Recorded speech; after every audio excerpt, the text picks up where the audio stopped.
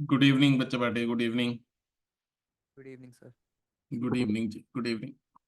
तो दो तीन बातें पहले बता दो। कुछ लोगों ने तो अपना अपडेट दे दिया था। पहला तो क्या डीपीपी 4 5 वगैरह पे कुछ काम किया आपने? नहीं। यस किसने किसने किया? कौन सी डीपीपी किया? 4 पे किया या 5 पे किया? सर 4। वेनिका ने 4 पे किया। राइट। और 4 पूरा कर लिया बच्चे या कुछ क्वेश्चंस किए? Yes sir. यस सर, एक बार ट्राई पूरा कर लिया। ट्राई पूरा कर लिया। चलो तो 4 अभी मैं डिस्कस करूंगा। पहले एक दो तीन सम करके फिर 4 ही डीपीपी। आज का टारगेट है कि 4 कंप्लीट डिस्कस हो जाए। और 5 के भी कुछ प्रॉब्लम अगर कर सकेंगे तो इट इज गुड। अदरवाइज बाकी प्रॉब्लम कल करेंगे। और कल के बाद फिर हम लोग कॉन्टिन्यूटी स्टार्ट करेंगे, ठीक है? तो पहले तो ये जो बी पार्ट है, ए पार्ट तो कर चुके थे कल की क्लास में। ये बी पार्ट हो गया था किसका? इसका हुआ नहीं हुआ तो अभी करो तुरंत इमीडिएटली। जिनका हो गया उनके लिए एक क्वेश्चन और मैं लिख दे रहा हूँ, ये करेंगे।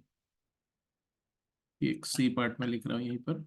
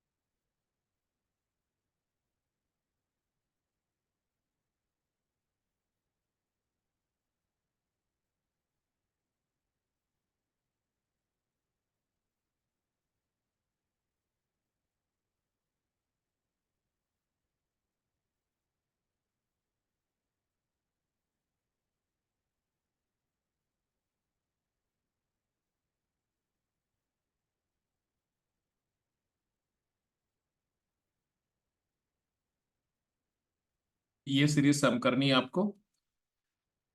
एस एन और एस इन्फिनिटी दोनों फाइंड आउट करना है। मतलब यहां पर भी आपको इन दोनों केसेस में आपने क्या फिगर आउट करना है? What is summation up to n term and what is summation up to infinite term. B part जिसका इसका हो जाए जस्ट लेट मी नो। ऐसे केसेस में सबसे पहले क्या करते हैं अपन?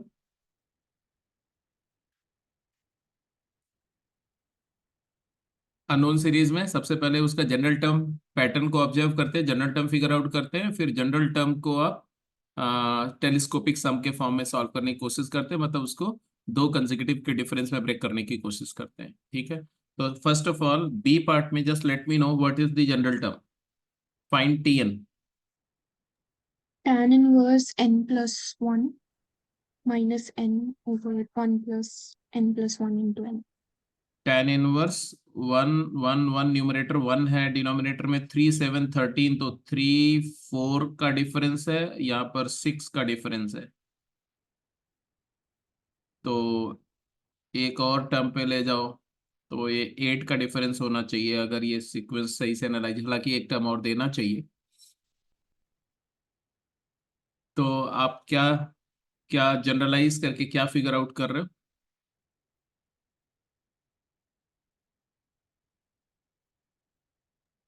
n plus 1 minus n numerator और n square plus n plus one, यही दिख रहा है ना? ये 1/1 प्लस n ऐसा दिख रहा है। एनीवे अगर ये नहीं भी दिख रहा है तो कैसे देखते हैं भाई?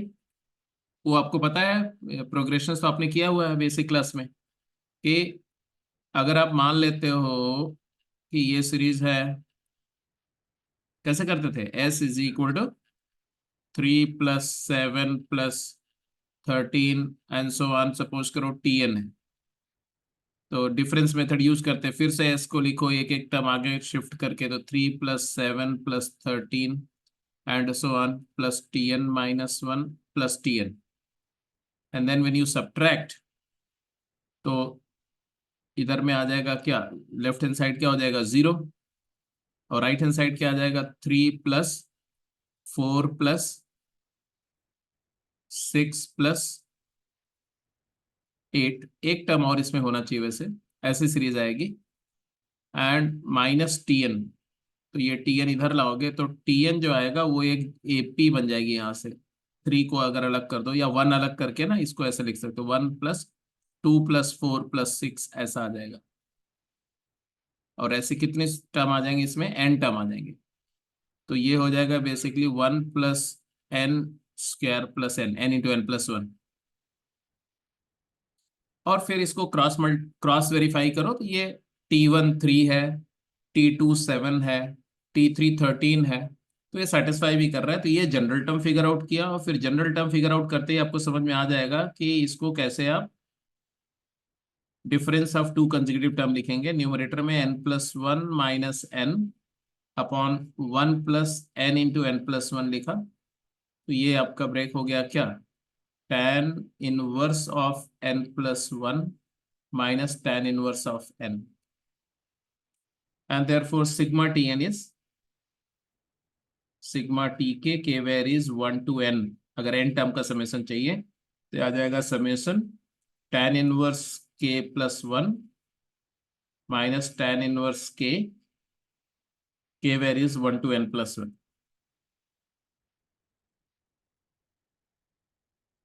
तो फाइनली आपका ये क्या बनेगा भाई, tan inverse 2 minus tan inverse 1, tan inverse 3 minus tan inverse 2 going so, आपको फाइनली क्या मिलेगा, क्या समेशन आएगा, tan inverse n+1 minus tan inverse 1, यही आएगा। Tangent inverse 2 minus tan inverse 1, ये फर्स्ट टर्म आएगा। सेकेंड टर्म आएगा tan inverse 3 minus tan inverse 2, फिर tan inverse 4 minus tan inverse 3। तो ये कैंसिलेशन का पैटर्न आ रहा है ऐसे। लास्ट आएगा tan inverse of n+1 minus tan inverse of n। तो ये प्रीसीडिंग से कैंसिल होगा, आप you are left with only this term and this term. I hope you can make out, ऐसा क्वेश्चन आपने किए होंगे 11th में। तो ये आ गया एस एन। तो आपसे पूछा था एन टर्म का सम क्या है, तो ये आ गया। इसको अगर आप सिंप्लीफाई करना चाहो तो इसको ऐसे भी लिख सकते हो, tan inverse of n upon tan inverse A minus tan inverse B, tan inverse A minus B upon 1 + a b। तो एन 1 + a इंटू बी, तो 1 + n+1, तो n+2। ये भी आंसर हो सकता है। एस इन्फिनिटी क्या होगा वो तो क्लियरली दिख रहा है कि tan inverse infinity will approach to π/2 minus π/4। तो ये भी आ गया तुम्हारा π/4। अच्छा, ये दोनों सीरीज का सम π/4, इसका भी π/4 आया था, इसका भी π/4 है। इसका मतलब ये नहीं कि हर एक का π/4 ही आएगा। जैसे सी पार्ट करके बताओ, जिस किसी का आ गया तो बता दो।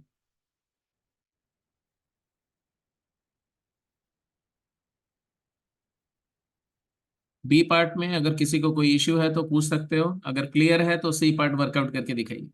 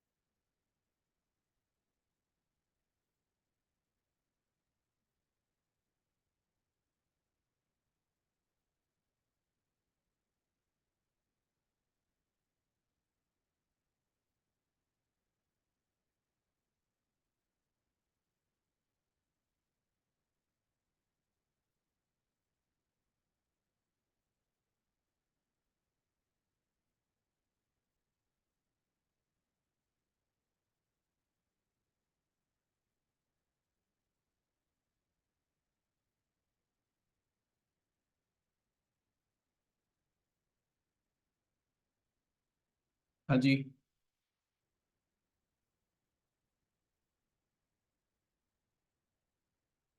क्या हुआ आज बड़े चुपचाप हो तुम लोग?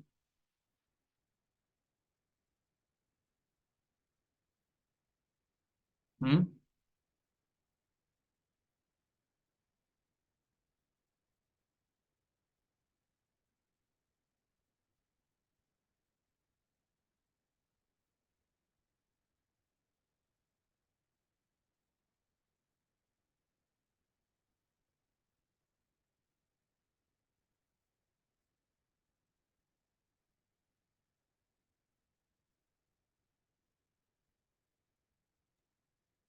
सर सीरीज तो फिगर आउट होगी। क्या हुआ? सीरीज फिगर आउट होगी। बस कर। अच्छा, ठीक है। जनरल टर्म क्या है?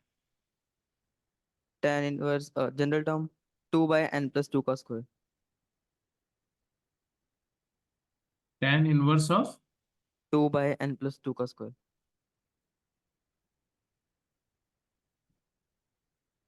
2/n+2 का स्क्वायर। ओके। फिर इसको ब्रेक डाउन कर दिया। मतलब पहले n स्क्वायर ओपन कर दिया, फिर 4 से डिवाइड कर दिया। ठीक है, तो इसको आपने लिखा सिग्मा tan इनवर्स ऑफ 2/, ये आ गया तुम्हारा n² + 4n+4, 1 + n² + 4n+3।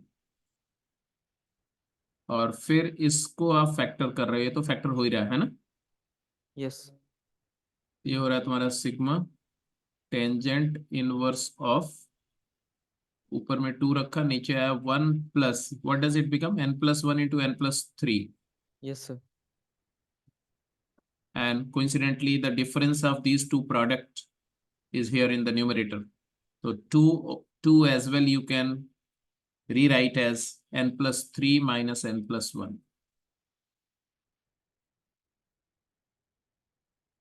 And therefore this summation will reduce to sigma tan inverse of n+3 minus tan inverse of n+1.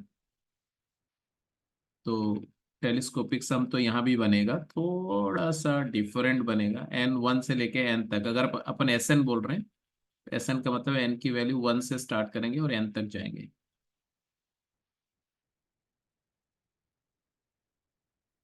Final answer calculate करो।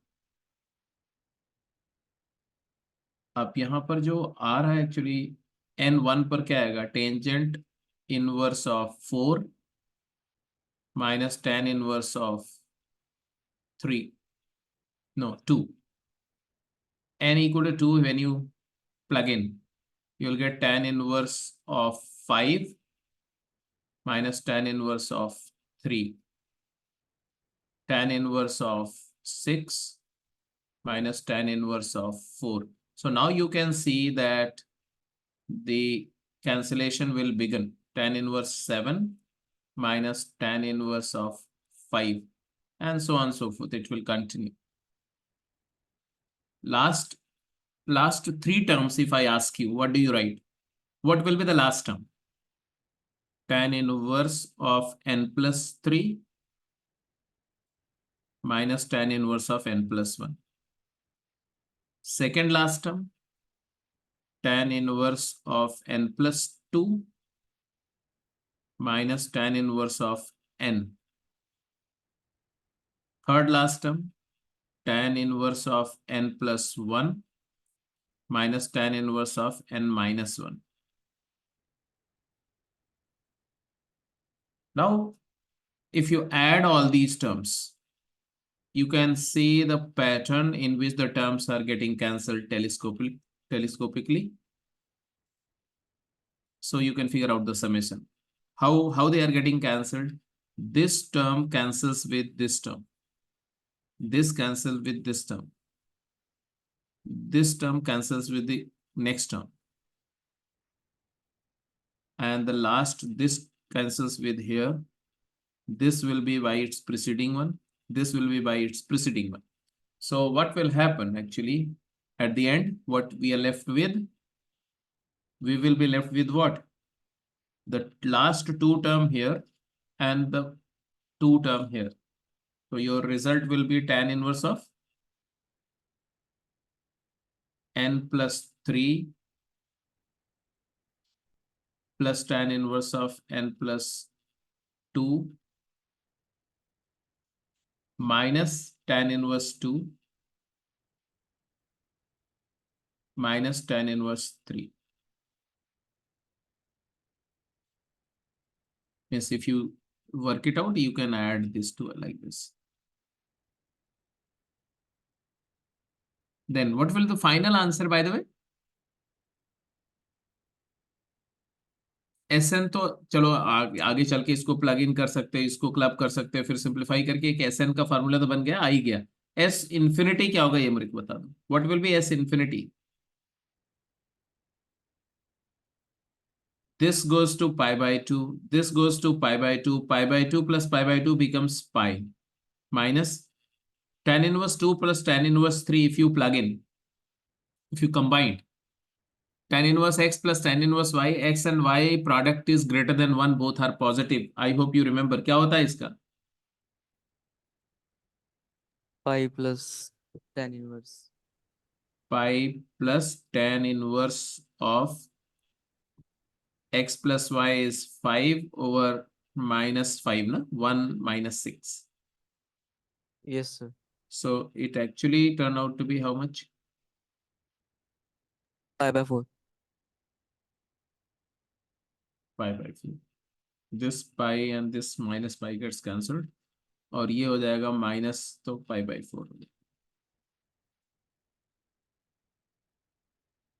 ठीक है जी, तो कुछ 2-3 सम अपने टेलीस्कोपिक सम के किए, एक क्वेश्चन इसका आंसर करो क्विकली। बोला गया f x is cos inverse of cos x minus sine inverse of sine x when x belongs to 0 to 2 pi, find the area bounded by the graph of function and the x axis.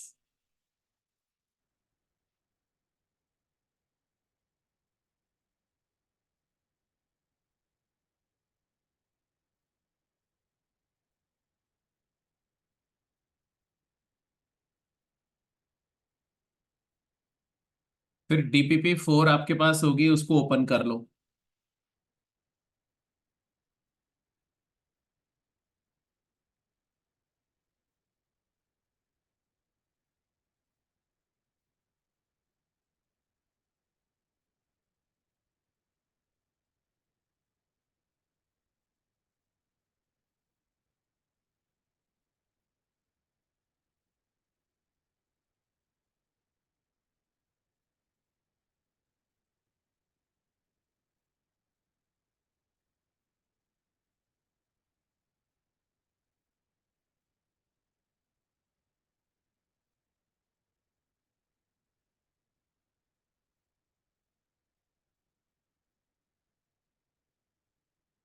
Cosine inverse of cosine x minus sine inverse of sine x. You need to draw its graph. For that purpose, what is suggested? How do you do it? Because both the functions are piecewise defined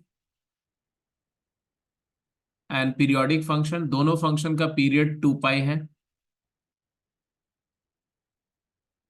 तो आप एक period के लिए function का graph draw कर दो, बस बात खत्म हो गई। अब एक फंक्शन में एक पीरियड के लिए फंक्शन का ग्राफ ड्रॉ करने के लिए आपको क्या करना होगा? दोनों फंक्शन को पीस वाइज डिफाइन, मतलब दोनों फंक्शन का पीस वाइज डेफिनेशन यूज करना होगा एफ एक्स को डिफाइन करने के लिए। तो sine inverse sine x 0 to pi by 2, तो I would go like this. 0 to pi by 2, what will happen? 0 less than x less than pi by 2. In this interval, Y equal to x. cos inverse cos x is x and sin inverse sin x is also x, isn't तो it? 0 हो जाएगा। तो ये identical, ये 0 function होगी, constant होगी। And then pi by 2 to pi, what will happen? Pi by 2 to pi, cos inverse तो x ही रहेगा। cos इनवर्स cos x तो x ही रहेगा, और उधर वो हो जाएगा pi minus x। Yes sir. तो ये हो जाएगा 2x माइनस पाई, तो we can write this as 2x minus pi, twice of x minus pi. एक लीनियर कर्व है, 2x माइनस पाई, हमने इसको लिख दिया 2 टाइम्स x माइनस पाई।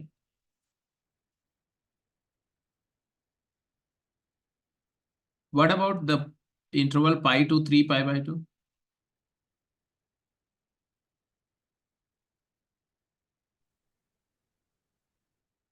पाई से लेके 3 pi by 2,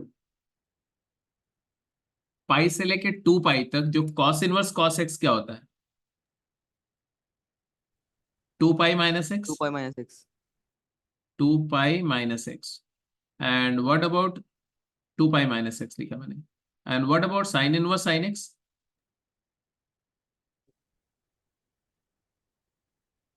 pi minus x. Pi minus x. अब वो रिजल्ट आपको या ग्राफ दोनों का दिखना चाहिए आपको, नहीं है तो ड्रॉ कर लो उसको फटाफट।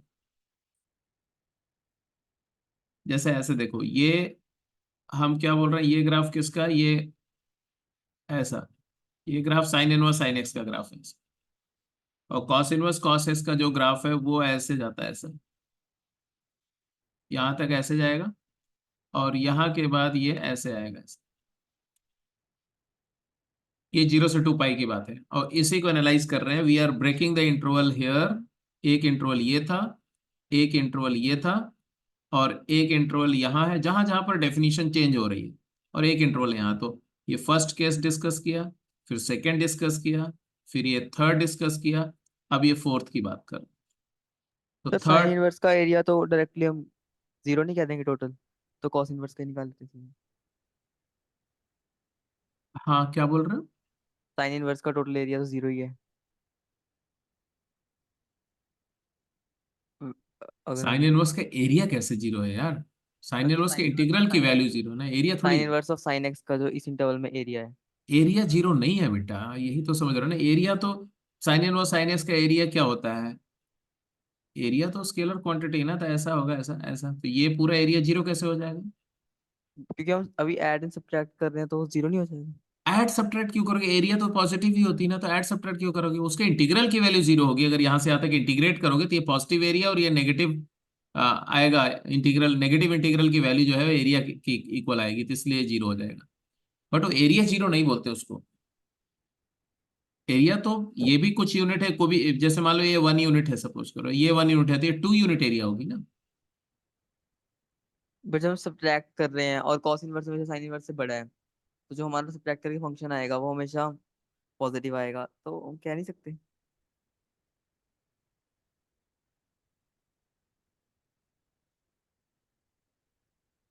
क्या सब्ट्रैक्ट कर रहे हैं जरा बताओ। जैसे हम cos inverse of cos x का ग्राफ बनाया हमने, वो हम्म। हमेशा ऊपर है, बाउंडेड है। हाँ और जी। Sine sine inverse of sine X का हमने ये बनाया है। हाँ। तो साइन इनवर्स साइन एक्स का हम पहले वाले इंटरवल में जितना कट करेंगे उतना ही हम बाद में ऐड भी कर रहे हैं cos inverse of cos x में।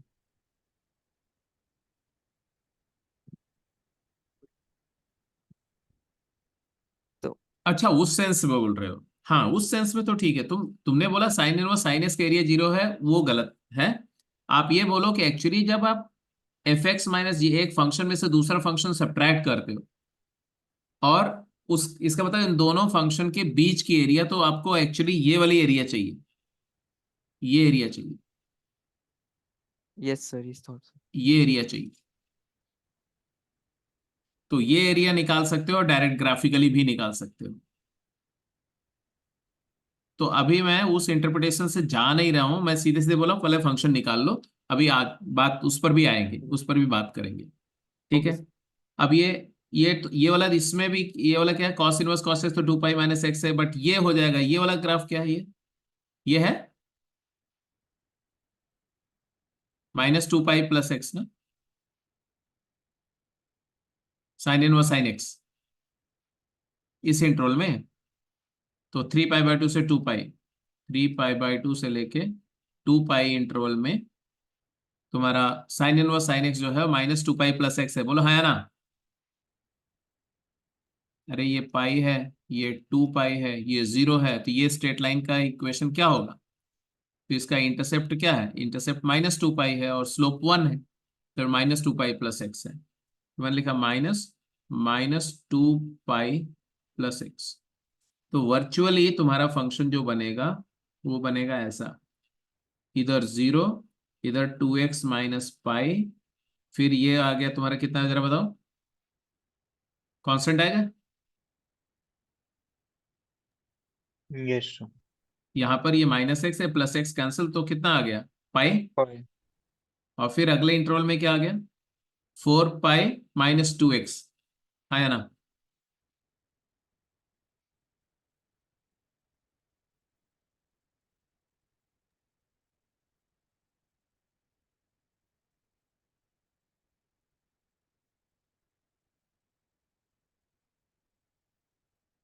ठीक है जी।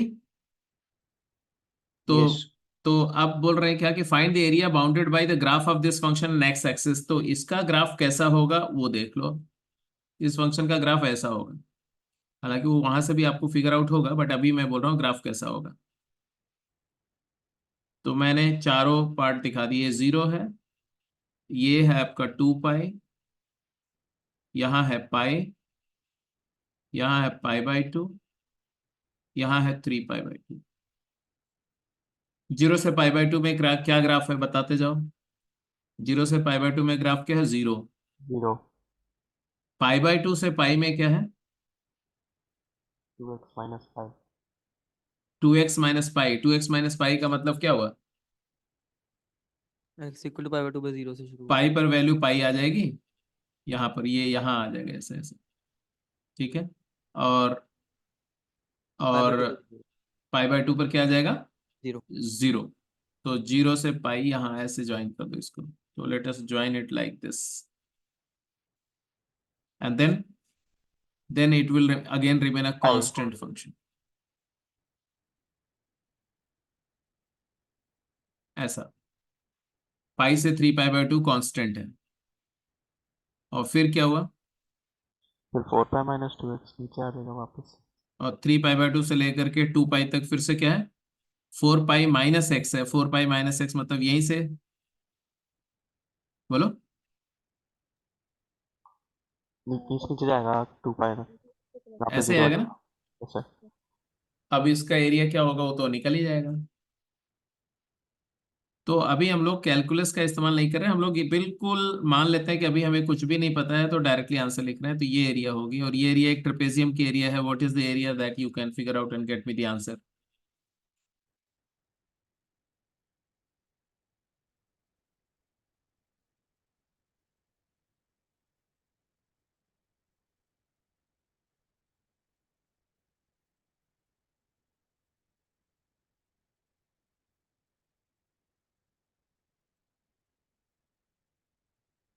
और किसी भी फंक्शन का एक्चुअली इसका दूसरा इंटरप्रिटेशन है, जब आप पूरा कैलकुलस कर लोगे तो आप ऐसे बोलोगे कि सपोज करो ये g(x) फंक्शन है और ये h(x) फंक्शन है, तो integral f(x) dx from 0 to 2 pi, this is the area actually, and therefore I would write 0 to 2 pi fx gx minus hx dx। और इसका इंटरप्रिटेशन होता है कि gx और hx फंक्शन के बीच की एरिया। तो कॉस इनवर्स कॉस का ग्राफ ये देख रहे हो, ये वाला, ये कॉस इनवर्स कॉस का ग्राफ था। और साइन इनवर्स साइन एक्स का ग्राफ क्या था, साइन इनवर्स साइन एक्स का ग्राफ ऐसा था। इनके बीच की एरिया मतलब I was talking of this area. अब ये एरिया एक रेक्टेंगल है ना, ये एरिया एक रेक्टेंगल है कि नहीं। और इस रेक्टेंगल का एरिया निकालने के लिए मैं डायरेक्टली यूज कर सकता हूं, डायरेक्टली। वैसे भी देखो तो क्या हो रहा है, ये पाई है, नहीं ये पाई/2 है। इस एरिया को निकालने के लिए मैं जरूरी नहीं की था यहाँ ये ट्रेपेजियम की एरिया जो आएगी वही इस रेक्टेंगल की एरिया आएगी, बट मोर ओवर पहले इसको कंप्लीट कर लो। इसका आंसर क्या है पहले बता दो मुझको, ये ट्रेपेजियम की एरिया कितनी आई,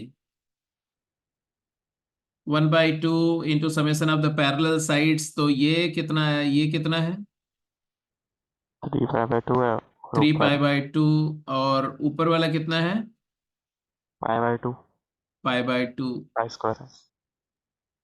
इंटू हाइट कितनी है इसकी, पाई पाई। तो आंसर कितना आ गया, पाई स्क्वायर पाई स्क्वायर।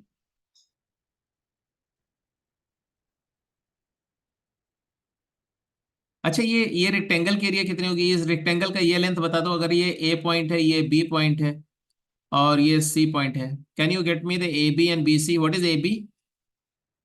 ये पॉइंट क्या है? ये पाई कॉमा पाई है। और ये पॉइंट क्या है? Pi by two comma pi by two है।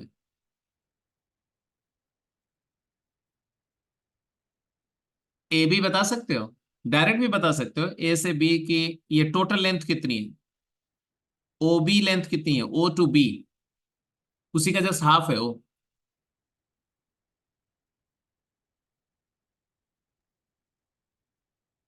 ओ से बी तक की लेंथ कितनी है?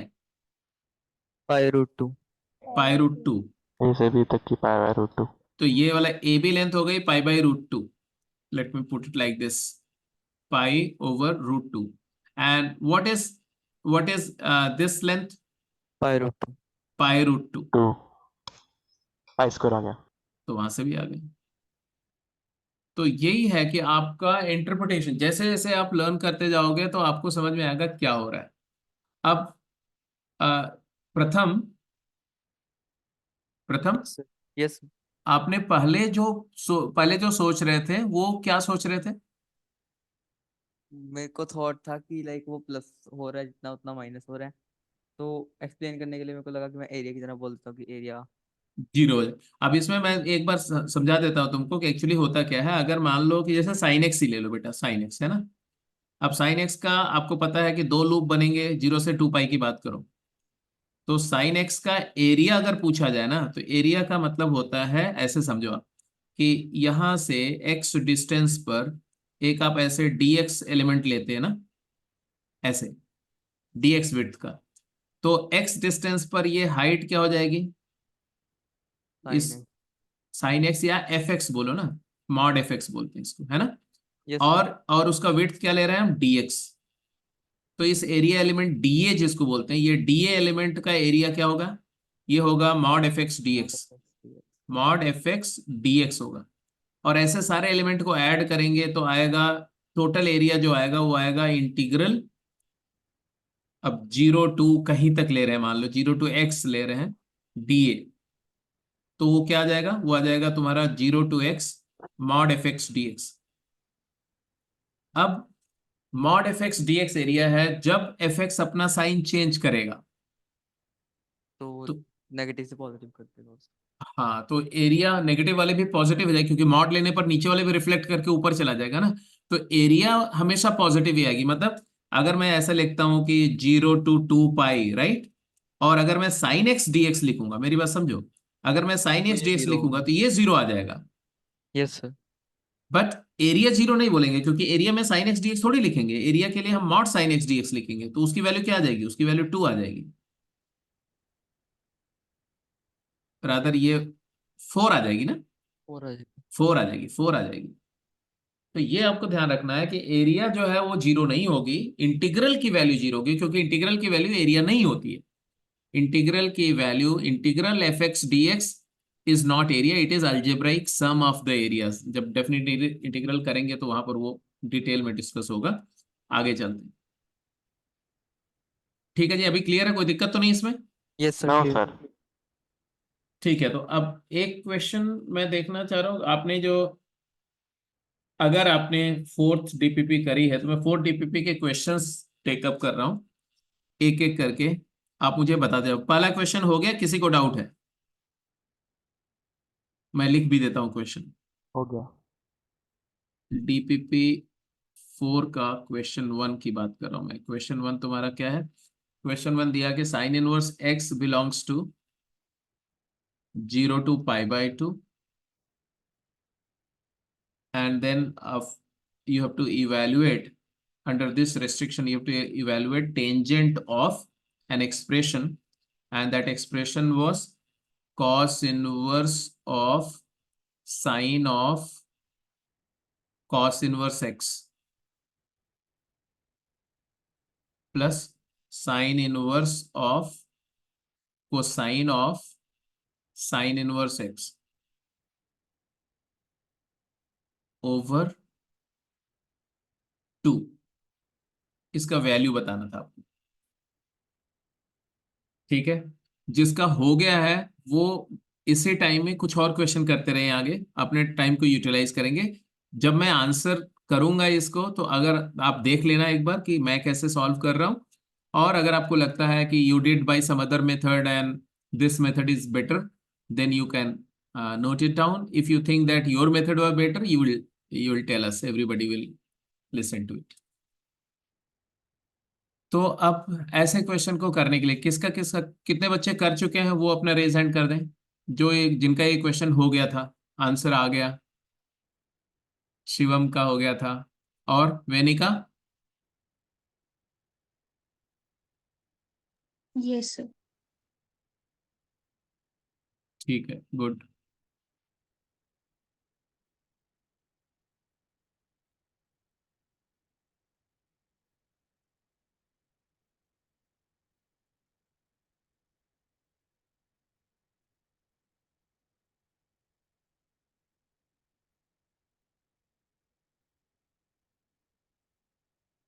और किसका हुआ अभी?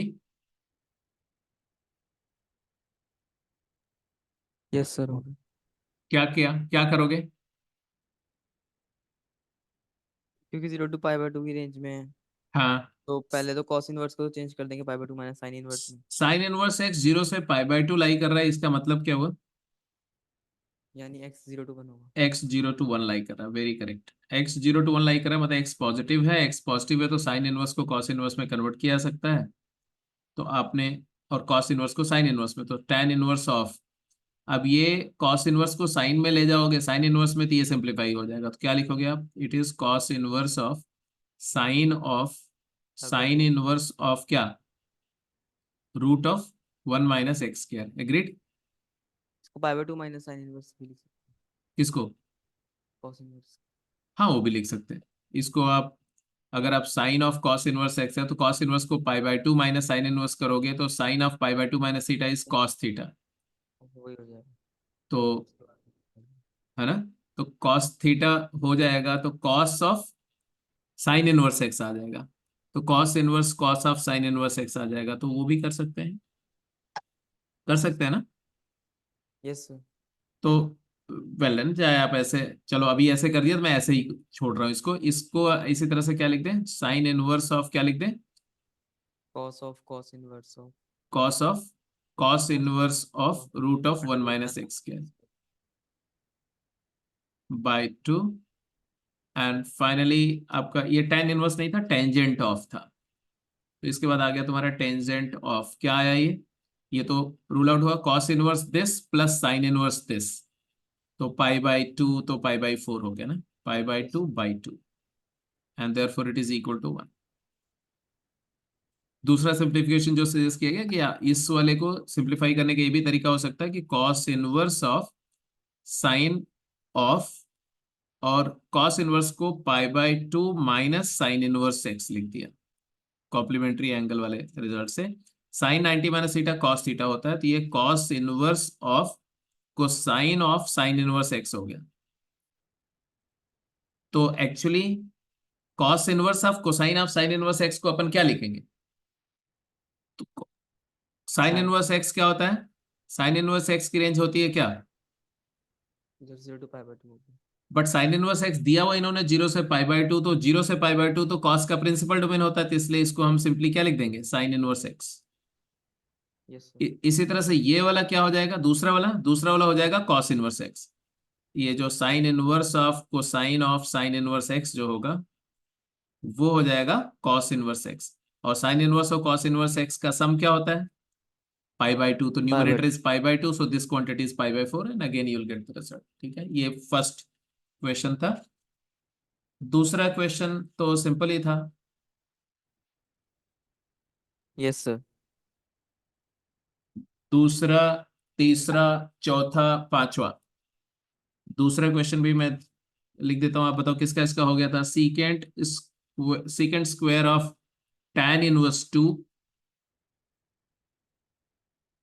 प्लस कॉसेकेंट स्क्वायर ऑफ, क्या आया?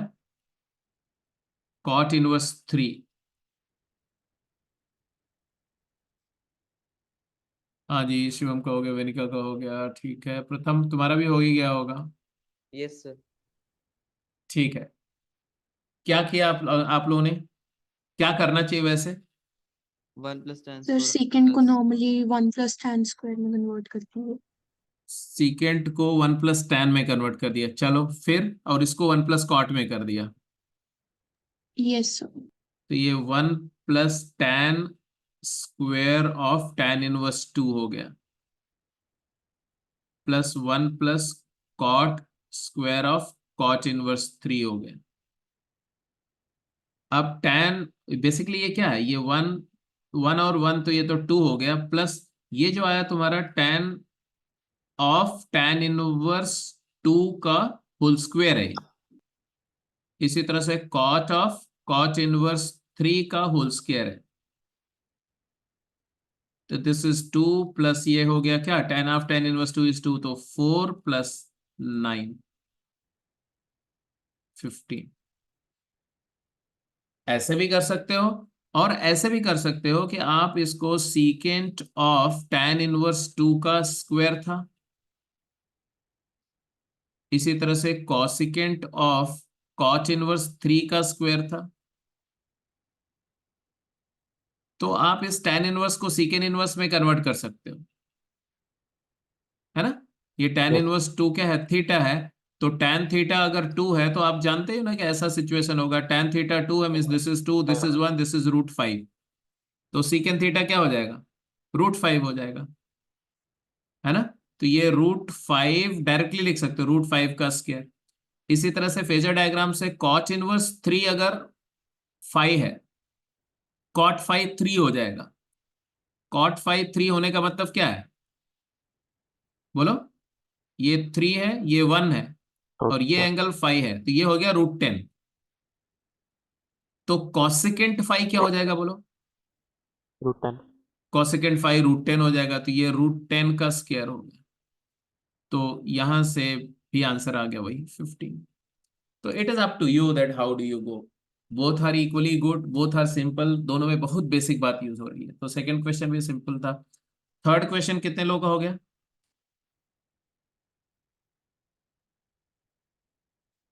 थर्ड क्वेश्चन में था cot−1 of root of cosine alpha minus tan−1 of root of cosine alpha is equal to x, then sine x पूछा आपसे क्या है।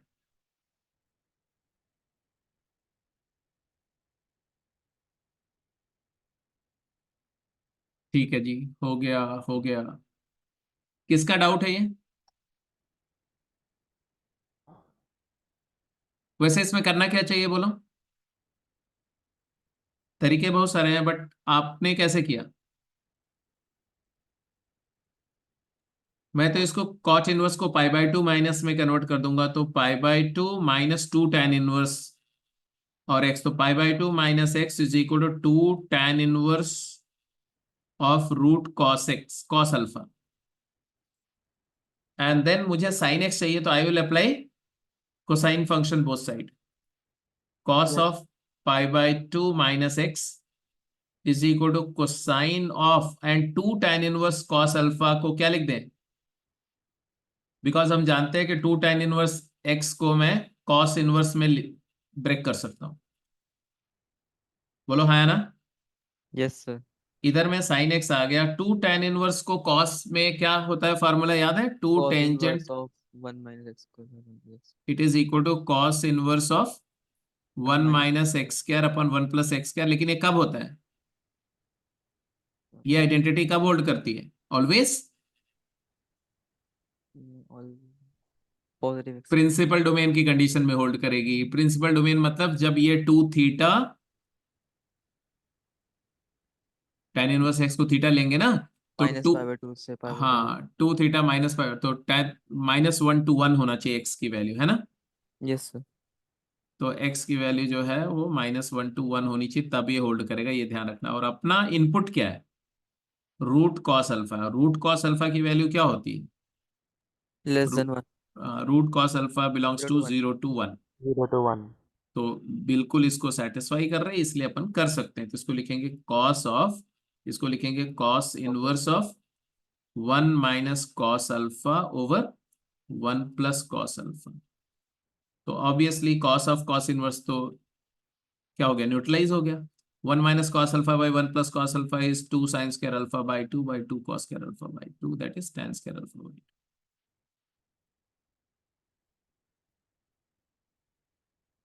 तो ये क्वेश्चन भी सिंपल था। अगला क्वेश्चन था फोर्थ, किसका किसका हो गया, फोर्थ हो गया सर। और फोर्थ क्वेश्चन था cos inverse of 1 minus x plus m times cos inverse of x is equal to n pi by 2।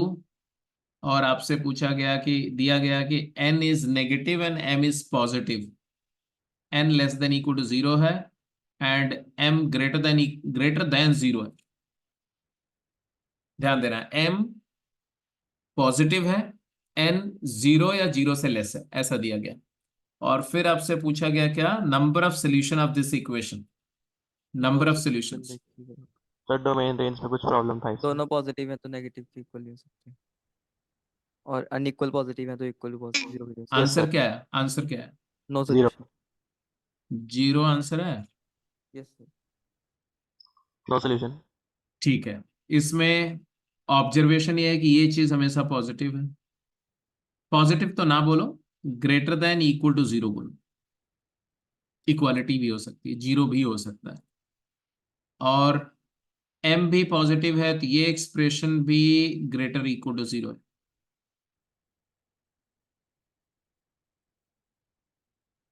और n के बारे में बोला गया लेस आर इक्वल टू 0 है तो ये वाले quantity less than equal to 0 है। ये बात सबको समझ में आ रही है?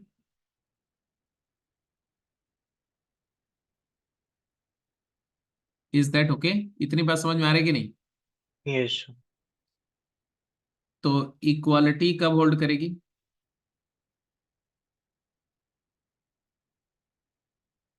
इक्वालिटी, ये इक्वेशन वैलिड कब होगा? लेफ्ट हैंड साइड का पूरा सम जो है, दो नॉन नेगेटिव नंबर का सम क्या होता है, नॉन नेगेटिव ही होगा ना। तो ये ग्रेटर देन इक्वल टू 0 है, right hand side less than equal to 0 है, तो इक्वालिटी तभी होल्ड करेगी जब दोनों 0 हो जाए। Equality, equality holds if LHS equal to 0 equal to RHS। बाकी किसी केस में तो हो ही नहीं सकता। अब बात करते हैं कि RHS और LHS अगर दोनों 0 होने चाहिए तो आपका क्या होना चाहिए? सबसे पहले तो cos इनवर्स 1 माइनस एक्स क्या होना चाहिए? cos इनवर्स 1 माइनस एक्स आप बोल रहे हो 0 होना चाहिए। एंड m तो 0 हो नहीं सकता, m के बारे में बोला गया पॉजिटिव है, तो cos इनवर्स x 0 होना चाहिए। cos इनवर्स x 0 होना चाहिए। और n भी क्या होना चाहिए? n को 0 होना पड़ेगा क्योंकि पाई बाई 2 तो 0 हो नहीं सकता। And now you can just conclude. Conclusion is cos inverse 0 कब होता है भाई? cos इनवर्स 0 होता है जब इनपुट 1 हो जाए, तो इसके लिए 1 माइनस एक्स को 1 होना पड़ेगा, बोलो हाँ या ना? दैट इज x को 0 होना पड़ेगा। और cos इनवर्स x 0 कब होगा? जब x 1 होगा। तो यहाँ पर x 0 हो रहा है और यहाँ पर x की वैल्यू क्या हो रही है? 1 हो रही है। ये पॉसिबल नहीं है। दोनों x की वैल्यू 0 होगी तो 1 कैसे होगी? मतलब जब ये 0 होगा तो ये 0 नहीं होगा, क्योंकि x 0 किया तो ये तो हो गया 0, सही बात है। बट x को 0 पुट किया तो cos इनवर्स 0 की वैल्यू 0 नहीं होगी। cos इनवर्स 0 की वैल्यू क्या हो जाएगी? पाई बाई 2 हो जाएगी ना। बोलो।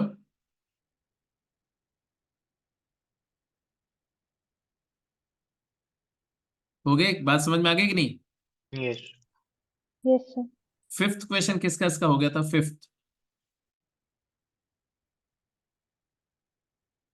फिफ्थ क्वेश्चन किसका किसका हुआ?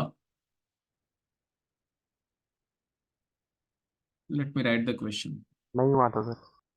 है sine inverse of x square by 4 plus y square by 9 plus cos inverse of x over 2 root 2 plus y over 3√2 -2 is equal to, इसकी वैल्यू क्या है ये बताना है। It was a good question, मतलब 2-3 क्वेश्चन तो सारे छोटे छोटे बट अच्छे थे बिगिनिंग के लिए, but this was really a good one. किसी का नहीं हुआ या ट्राई नहीं किया? अभी ट्राई करना चाहेंगे इस क्वेश्चन को? यस सर, एक और ट्राई। एक और ट्राई करते हैं, तो कितना मिनट दे दें आपको करने के लिए, बोलो? 3 मिनट। 3 मिनट, ठीक है, दिया 3 मिनट।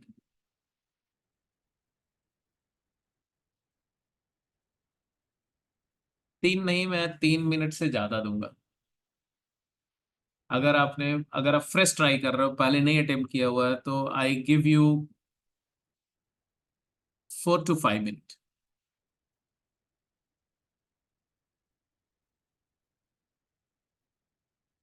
सोचो।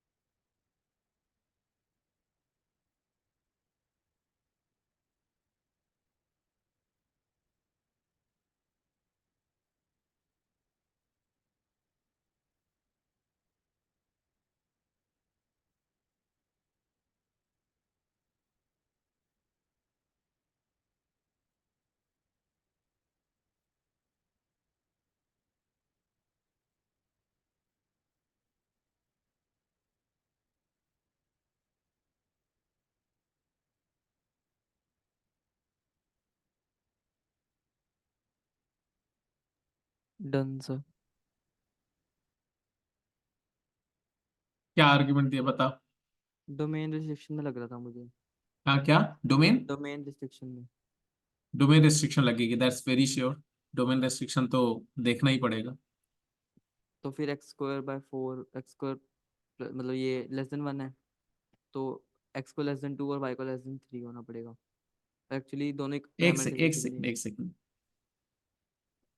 आप बोलते जाओ, मैं आपकी बात को लिख रहा हूँ। This to be defined, the first term to be defined, your take is that x² by 4 plus y² by 9 has to be less than or equal to 1, क्योंकि यस सर। शायद ये कंडीशन आ रही है डोमेन रेस्ट्रिक्शन में। और यहाँ पर condition क्या आएगी, इसको डिफाइन होने के लिए क्या आएगा, x/2√2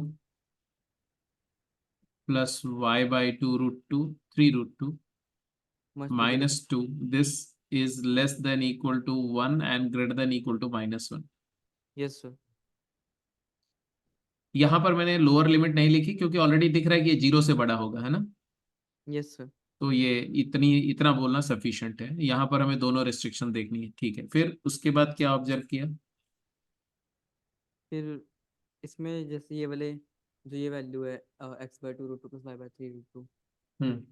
इसके ऊपर किया कि वो 1 से बड़ी होनी चाहिए, मतलब वो हाँ, -2 के equal यहाँ से आ गया कि x/2√2 प्लस y/3√2 जो है ये क्वांटिटी 1 से बड़ी और 3 से छोटी होनी चाहिए। मतलब 3 से छोटी तो क्या ही सोचना है, 1 से बड़ी होनी चाहिए, पता है मतलब ये क्वांटिटी 1 से बड़ी होनी चाहिए, ये लोअर रिस्ट्रिक्शन फॉलो होना चाहिए। और यहाँ पर ये लोअर लिमिट है 1 और यहाँ पर अपर लिमिट है 1, इस वाले एक्सप्रेशन की, but both expressions are different. फिर क्या किया? इसमें लग रहा था कि मतलब x की वैल्यू लग रहा था, लग रहा था या कॉन्क्रीटली कुछ कंक्लूड किया? कॉन्क्रीटली मिला तो फिर वो बहुत शॉर्ट से कर सकते हैं। हाँ, क्या कर रहे हैं? एक बार इसको मैं ट्राई कर देता हूँ इसके आगे। मतलब अभी तूने ट्राई नहीं किया था, पूरा पूरा कंक्लूड नहीं किया था, हैं? वैल्यू मतलब समझ आ गया था कि x की वैल्यू 2/√2 और y की 3/√2 होनी चाहिए। इसके अलावा कोई वैल्यू सेटिस्फाई नहीं हो सकती मतलब। चलो अच्छी बात है, लेकिन ये क्यों ऐसा, ये कैसे बोला कि इसके अलावा कोई वैल्यू सेटिस्फाई नहीं कर सकती, ये बता। और क्या वैल्यू बोली थी, एक्स की वैल्यू क्या बोली थी? 2/√2 और y की 3/√2।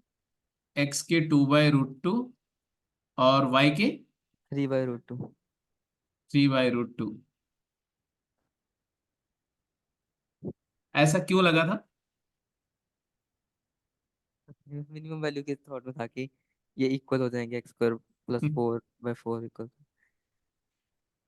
एक का थॉट। अगर मैं बोलूँ कि तुम्हारा इंट्यूशन या तुम्हारा जो भी थी, सोचा तुमने हिट सही किया, मान लो, अब जस्टिफाई करो कि यही करेगी, दूसरी नहीं कर सकती। सर वो मेरी जस्टिफिकेशन बन गई, आगे इसने बता दिया। हाँ अगर क्या? हम कॉस के, हाँ। मतलब मैं अभी जस्टिफिकेशन बना ली और आगे वाला सोल्यूशन प्रथम का सुन के तो वो सॉल्व भी हो गया। तो कॉस के अंदर वाली टर्म है और जो साइन के अंदर हमें गिवन है वो इक्वेशन ऑफ एलिप्स है। जो कॉस के हाँ अंदर हाँ टर्म है वो उस एलिप्स की टेंजेंट बन रही है।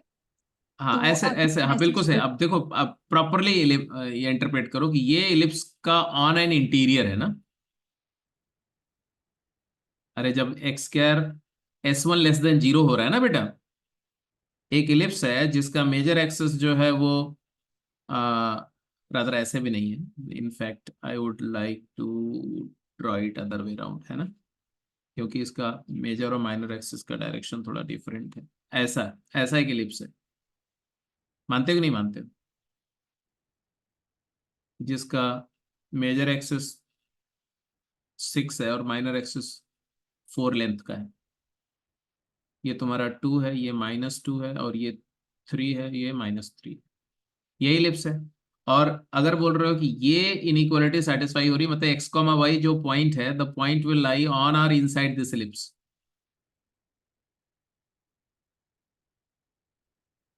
Are you getting my point? On और इनसाइड। वेर एज जो दूसरी लाइन है, ये वाली लाइन, ये लाइन इस इलिप्स की टेंजेंट है। x इंटरसेप्ट 2√2 है और y इंटरसेप्ट 3√2 है, ये इसकी टेंजेंट है। एक ये अगर इनइक्वालिटी ना लो तो, मान लो कोई एक लाइन है, ऐसे भी सोचो, मान लो अभी हमें नहीं पता है कि टेंजेंट है, बट एक गेस मार रहे हैं कि मान लो ऐसे कोई लाइन है, ऐसे अगर ये ऐसे हो गई, टेंजेंट नहीं है, तो बात वहीं खत्म हो जाएगी। क्यों? क्योंकि इस लाइन के इधर वाला पोर्शन हो रहा है ना, ये वाला पोर्शन। तो अगर ये दोनों लाइन, ये लाइन इलिप्स को नहीं मीट करती है, in that case no solution हो गया।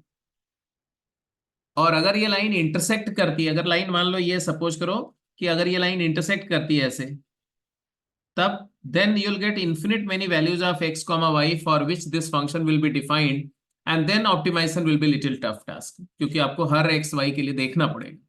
ठीक है? और अगर ये लाइन टेंजेंट हो गई तो यूनिक वैल्यू आ जाएगी। तो आपको यही टच करना है कि ये लाइन का इस इलिप्स के साथ क्या रिश्ता है। अब ये लाइन का इलिप्स के साथ क्या रिश्ता है ये जानने के लिए, बिकॉज इलिप्स के अंदर वाला लेना है और लाइन के अबव वाला पोर्शन लेना है, तो हम इलिप्स पर एक पॉइंट लेते हैं पहले। कौन सा पॉइंट ले लें? तो इलिप्स पर कोई भी पॉइंट अगर कंसीडर करना है तो आप जानते हो कैसे कंसीडर करते हैं, है ना। पैरामीट्रिकली एक पॉइंट ले लिया, मान लो क्या लिया, 2 cos theta comma 3 sine theta. Hello, ऐसा ले सकते हैं ना? एक्स की वैल्यू अपने ने 2 कॉस थीटा ले लिया, वाई को 3 साइन थीटा ले लिया। अब मैंने देखा कि ये पॉइंट कहाँ लिया, मैंने इलिप्स पर लिया, तो इसको तो सेटिस्फाई कर रहा है। अब मैं देखना चाह रहा हूं कि ये अगर इस वाले एक्सप्रेशन को इवेलुएट करता हूं तो what do I get? X को 2 cos थीटा, वाई को 3 sin थीटा पुट किया तो क्या आया बोलो? ये वाली इनइक्वालिटी को, इस इनइक्वालिटी को देखना है, इसको क्या आ रहा है?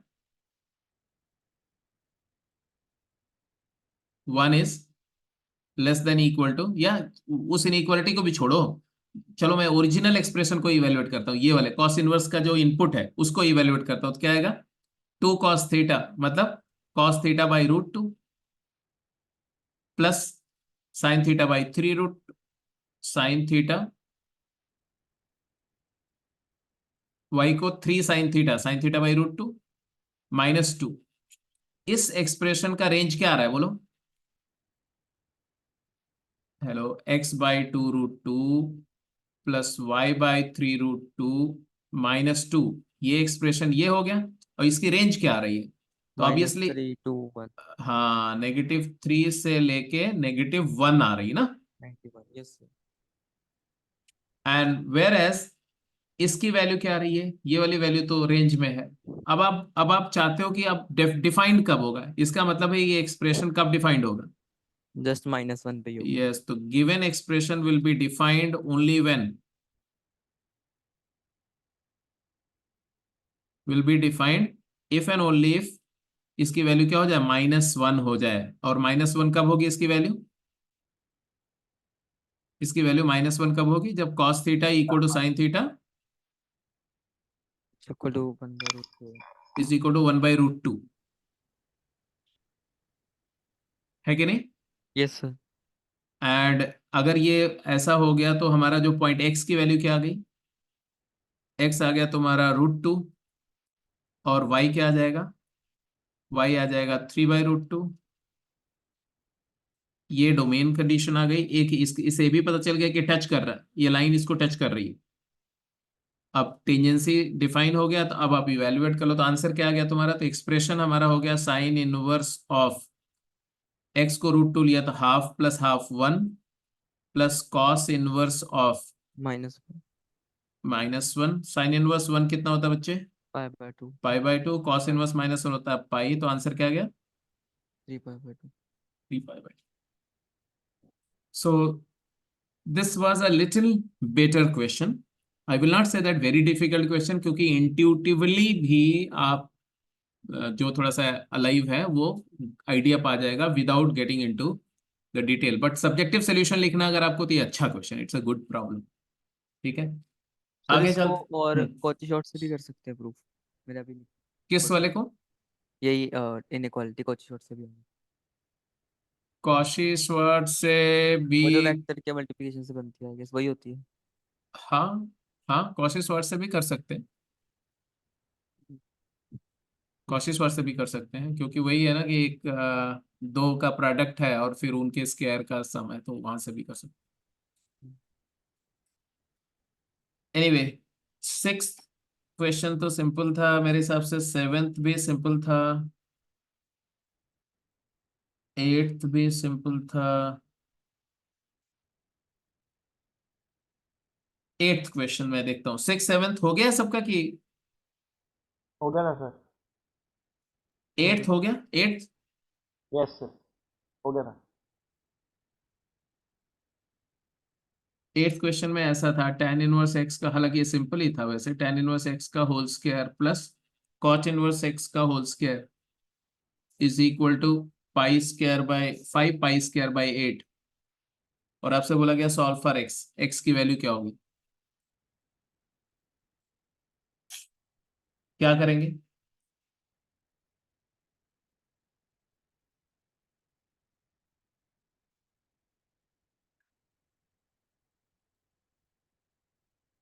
कॉट इनवर्स को π/2 माइनस tan इनवर्स x लिख दिया, फिर tan इनवर्स में क्वाड्रेटिक बन जाएगी। हाँ, तो बेस्ट तरीका है कि आप tan इनवर्स x को t ले लो, थोड़ा सा वर्केबिलिटी भी अच्छी हो जाएगी।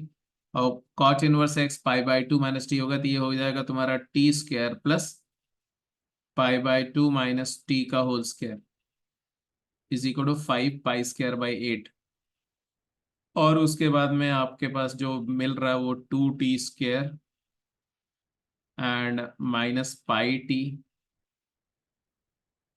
Plus minus sir 3 pi square by 8 हो जाएगा, -3 पाई स्क्वायर बाई 8। हाँ कुछ बोल रहा था कोई? सर मैं बोल रहा था हाँ बोल। सर वो लास्ट वाला क्वेश्चन प्योर अलजेब्रा से भी हो गया but like it's a bit complex. 1 minute बेटा रुक जाओ। हाँ क्या बोल रहे हैं अब, 1 मिनट पहले इसको इसको कंप्लीट कर लेते हैं फिर बात करते हैं। इसका फैक्टर कैसे करेंगे? इसका फैक्टर करो जल्दी से। तो 16 3 -48 पाई स्क्वायर 48 और हमें चाहिए -8 pi 12 4। 16t² -12 pi t plus 4 pi t -3 pi square equal to 0। तो यहाँ से 4 पाई कॉमन ले लें क्या? 4t कॉमन ले लें। 4t कॉमन लिया तो क्या है? 4t -3 पाई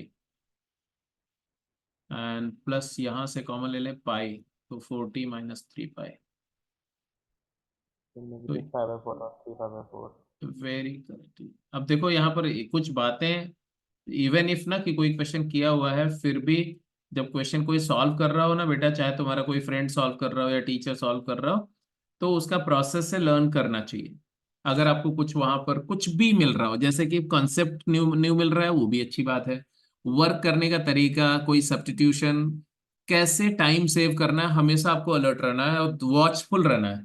टीचर को देखना है, अपने जो पीयर ग्रुप में आपके फ्रेंड्स हैं उनको भी देखना है, और हर एक से अच्छी बात सीखनी है।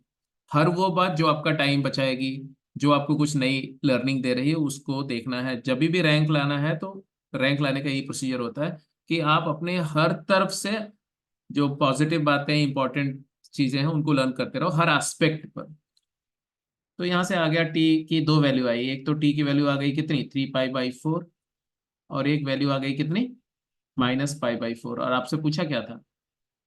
टी किसको लेता है? tan inverse x. तो tan इनवर्स एक्स की वैल्यू आ गई -1। हाँ कुछ बोल रहे थे, आप बताओ तुम। सर बस वो मैं ये कह रहा था कि मतलब पिछले वाला जो क्वेश्चन है वो एल्जेब्रिकली भी निकल गया बट मतलब वो ये थोड़ा वाला कॉम्प्लेक्स। क्वेश्चन हाँ मतलब निकल तो गया आंसर पर मेरे को ही समझ नहीं आया मतलब किया क्या है। मतलब क्या किया, मुझे समझाओ। अल्जेब्राइकली मतलब है तो ये भी अल्जेब्राइकली ही किया गया पूरा। अच्छा हम लोगों ने अल्जेब्राइकली थोड़ा कम किया, ट्रिग्नोमेट्रिकली किया और ग्राफिकली थोड़ा किया। हाँ आप क्या बोल रहे थे, क्या करें, क्या किया आपने? मैं आपको कल बताऊं। हाँ मेरे को खुद ठीक, को समझ नहीं आ रहा। ठीक है कल आऊंगा तो आप अपना वर्किंग दिखा देना मेरे को, है ना? Yes sir definitely. सर ठीक। और वो सर मैंने पूछा था कि प्रथम किसी मेथड के बारे में बात कर रहा था इनइक्वालिटीज को सॉल्व करने के लिए। नहीं ना, इनइक्वालिटी के सॉल्व करने के लिए नहीं, वो इनइक्वालिटी के लिए बोला था कि अगर कॉशिश कॉशिश वाज इनइक्वालिटी होती है ना, वो इनइक्वालिटी होती है A.B A mod B mod। is always less than equal to mod A into mod B। तो अगर आप A x1 y1 x1 x2 x3 और B को y1 y2 y3 कंपोनेंट ले लो, तो आ जाएगा तुम्हारा x1 y1 plus x2 y2 plus x3 y3 is always less than whole square is less than equal to x1 square plus x2 square plus x3 square multiplied by y1 square plus y2 square plus y3 square। इस inequality का use करने की बात कर रहा है। जैसे यहाँ पर है तो एक्स वाई और उसके साथ में जो जो दो टर्म है उनको देखो, और इसका इसके साथ में लिंक। Okay sir. एनीवे तो एक, हाँ अब इसके बाद देखो तो तुम्हारी जो प्रॉब्लम्स थी वो फर्स्ट 9 में तो कोई डाउट नहीं होना चाहिए मुझे लग रहा है। 9th का आंसर क्या आया था? 5। ठीक है, ग्राफिकली किया था। Yes sir. ठीक है। 6 आ रहा था सर। नहीं बेटा 6 नहीं आ रहा है, चलो फिर मैं दिखा देता हूँ, चेक कर लेता हूँ। 9th क्वेश्चन क्या था? Mod Y is equal to cos x का ग्राफ, ये लो देखो ध्यान से। अपन cos inverse cos x, sine inverse sine x के ग्राफ देखो।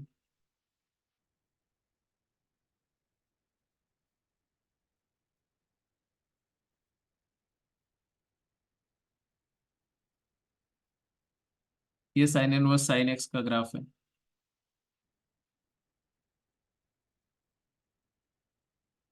रफली।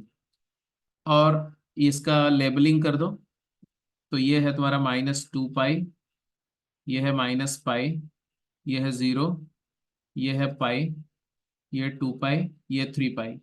अपने को जो ऑब्जर्व करना था कहाँ से कहाँ तक करना था? हमें करना था x belongs to -2 pi to 3 pi closed. और फिर बात कर रहे थे mod y is equal to, ये ग्राफ तो आप समझ रहे हो ना किसका ग्राफ है? y is equal to sine inverse of sine x का ग्राफ है।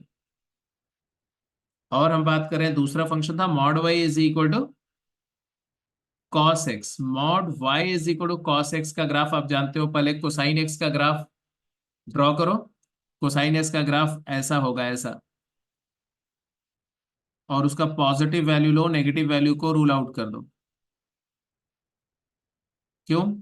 क्योंकि मॉड वाई कभी नेगेटिव नहीं हो सकता। तो जहां जहां कोसाइन एक्स पॉजिटिव है सिर्फ वही लेना है। तो अगला कोसाइन एक्स पॉजिटिव कब होगा? 2 पाई के अबाउट, यहां से यहां तक। तो यहां पर भी ऐसा एक ग्राफ बनेगा ऐसा। फिर आगे यहां बनेगा किसका? 4 पाई के अबाउट। तो 4 पाई के अबाउट फिर से ऐसा ग्राफ बनेगा ऐसा। ये कोसाइन एक्स का ग्राफ बनेगा पॉजिटिव वाला। एक पॉजिटिव बनेगा क्या? -2 पाई के अबाउट। -2 पाई के अबाउट मतलब यहाँ, यहाँ से ऐसा करके बनेगा ऐसा। और फिर इसी का मॉड वाई मतलब वाई की वैल्यू पॉजिटिव भी हो सकती है और नेगेटिव भी हो सकती है। तो इस ग्राफ को अपन पूरा ऐसे कर दें ऐसे।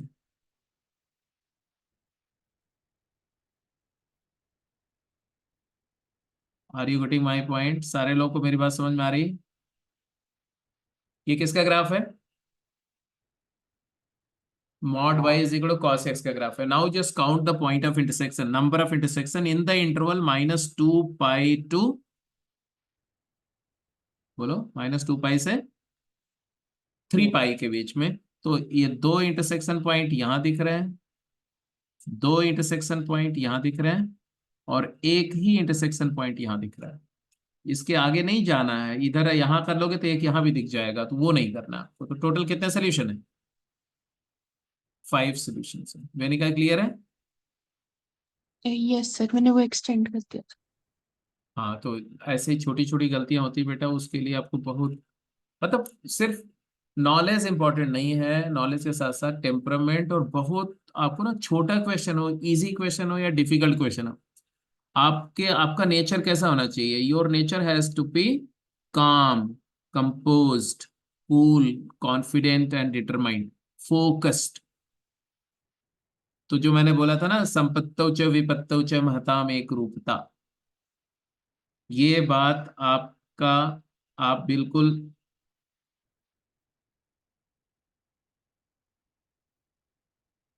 ये बहुत वैदिक उपनिषद का वाक्य है।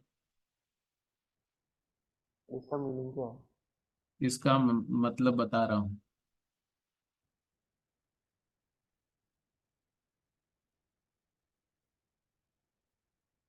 संपत्तो मतलब होता है संपत्ति, संपत्ति मतलब होता है प्रॉस्पेरिटी, अबंडेंस।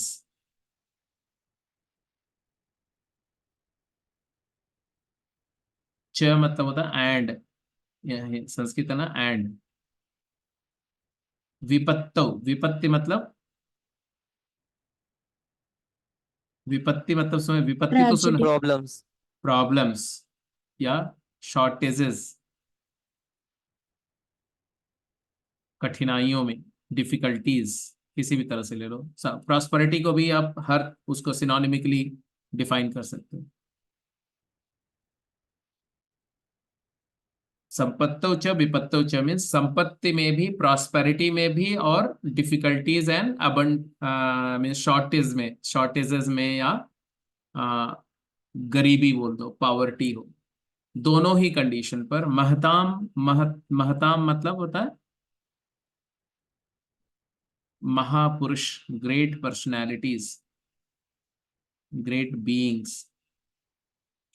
महताम एक रूपता, एक मतलब वन, रूपता मतलब मोनोटोनिक, मैथमेटिकली अगर बोला जाए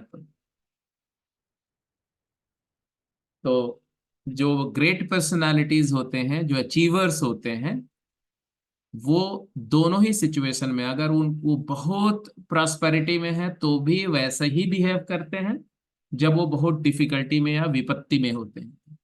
तो ये अचीवर्स की बेसिक कैरेक्टरिस्टिक होती है कि आपसे कोई सवाल हो रहा है, आपको लगे कि ये क्वेश्चन तो नट्स में हो जाएगा, और एक सिचुएशन की ऐसा हो कि क्वेश्चन एकदम बिल्कुल टैन भी नहीं हुआ, ऊपर से बाउंसर हो गया, तुम्हारे को हवा भी नहीं लगी क्वेश्चन की। वो दोनों ही कंडीशन में तुम्हारा जो कॉन्फिडेंस लेवल है, जो तुम्हारा कंपोजर है, वो लूज नहीं होना चाहिए, तुम्हारा टेम्परामेंट लूज नहीं होना चाहिए, तुम उतना ही शांत रहो, तो आप 100% स्कोर कर सकते हो। तुम क्या समझते हो? आप सभी लोग इस बात को हमेशा मान लो कि कम से कम 100 बच्चे होते हैं जो ऑल इंडिया रैंक 1 लाने का कैलिबर रखते हैं, कम से कम 100। बट ऑल इंडिया रैंक 1 कितने की आती है? एक एक की आती है सिर्फ। अभी तक हिस्ट्री रही है जेई की कि दो बच्चों का सेम स्कोर नहीं आया और ईयर 1 में।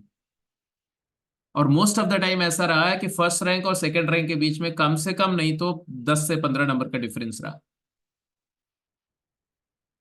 तो अगर मैं बोल रहा हूं कि 100 बच्चे जो टॉप 100 होते हैं ना, सबके अंदर में इतना औकात होता है कि वो एक रैंक 1 फोड़ सकते हैं, बट एक ही बच्चा क्यों आता है? क्योंकि सबके अंदर में ये क्वालिटी नहीं होती है जिस क्वालिटी की मैं बात करता हूं। तो इसलिए आप लर्निंग को पर फोकस करो, काम करो, एकदम दिल खोल के सीखो, और पूरा एनर्जी, पूरा एक चीज सिर्फ अपने कर्म पे लगा दो, आउटकम को मत मेजर करो। हर दिन हर शाम को मेजर स्टिक, वो एक स्केल लेकर अपने आप को मेजर नहीं करो कि कितना हुआ कितना नहीं हुआ। जस्ट एंजॉय द वर्क, और पागलों जो जुनून से काम करते जाओ, लेकिन अपना टेम्परामेंट को कंट्रोल करो। इवन रेगुलर प्रैक्टिस कर रहे हो ना, नॉर्मल प्रॉब्लम सॉल्व कर रहे हो, तो भी इतने शिद्दत से सॉल्व करो जैसे कि जेई का सवाल कर रहे हो पेपर में। ये नहीं कि चलो अब रूम पे क्वेश्चन कर रहे हैं, अभी तो वर्किंग में कर रहे हैं तो फिर गलतियां भी कर लेते हैं, थोड़े कैजुअल भी हो जाते हैं। नहीं, मैं बोल रहा हूँ जब काम कर रहे हो तो एकदम 110% फोकस के साथ करो। नहीं कर रहे हो, put your pen down and go and walk. तो don't pretend that you working. ऐसा नहीं होना चाहिए कि हम काम भी कर रहे हैं और बीच में थोड़े मतलब कि कैजुअल भी हो गए। नो, जब तक काम करो कैजुअली नहीं, बिल्कुल शिद्दत के साथ में। और जब छोड़ दिया तो छोड़ दिया, थोड़ी देर के लिए रिलैक्स कर लिया। क्योंकि जब आप पूरा पेन डाउन करके जब रिलैक्स मोड में चले जाते हो ना, तो आपको ये पता होता है कि अच्छा इस समय आप काम नहीं कर रहे हो, तो आपका वो जो पीरियड है वो एक्सपांड नहीं होगा। आधे घंटे बाद आपको गिल्ट फील होने लगेगा कि यार ज्यादा टाइम किल हो गया। लेकिन जब आप काम भी कर रहे हो लेकिन बीच में आप कैजुअल भी हो, तो अगर 4 घंटे आप इस एटीट्यूड से काम कर भी रहे हो, तो वो 4 घंटे आपको फील होता है कि 4 घंटे है, बट एक्चुअली आपने 1.5 घंटे ही काम किया, 2 ही घंटे काम किया। तो 2 घंटे का लॉस हुआ, ये ज्यादा खतरनाक है। क्योंकि आपने 1 घंटे का ब्रेक ले लिया तो तुम्हें पता है कि तुमने 1 घंटे नहीं पढ़ा है 4 घंटे में, 3 घंटे पढ़ाई करी है। लेकिन अगर आपने अपने लोअर ये क्या कंसंट्रेशन के साथ में आपने 4 घंटे किताब लेके बैठे रहे, तो ये तुमने अपने आप को ब्लफ कर दिया।